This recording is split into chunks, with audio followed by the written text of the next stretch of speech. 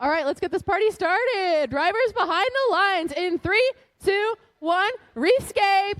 Your blue line says your average highest seed. So during this autonomous pre-programmed period, they're hoping to score that ranking point bonus. That does mean they need to move off that black tape line, which they did successfully, but they did need to properly score. So we'll have to see what our refs think as we exit that. The remaining 2 minutes and 15 seconds is all tele-operated as human players pick up their controllers and drive the robot their team built over the last 9 weeks. 38-65, Riley Wildbots, currently your 4th-ranked team.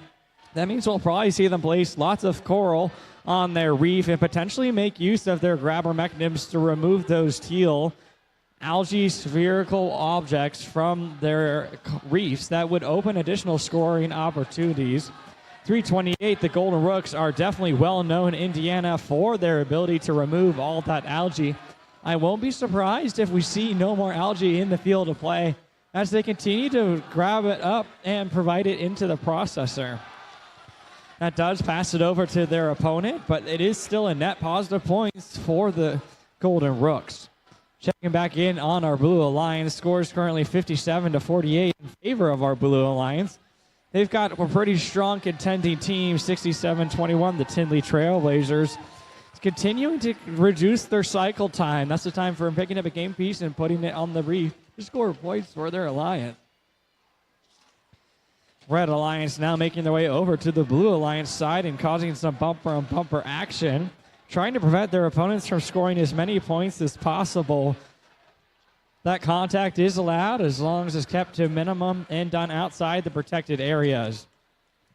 328, the Golden Rooks, having exhausted all the algae on their side of the field, made the treacherous trough to the far side to pick up additional, slowly eking their score even higher since they've well exceeded that 2. They've now agreed to cooperation. The Blue Alliance has to join them now in order to get that lowered coral ranking point.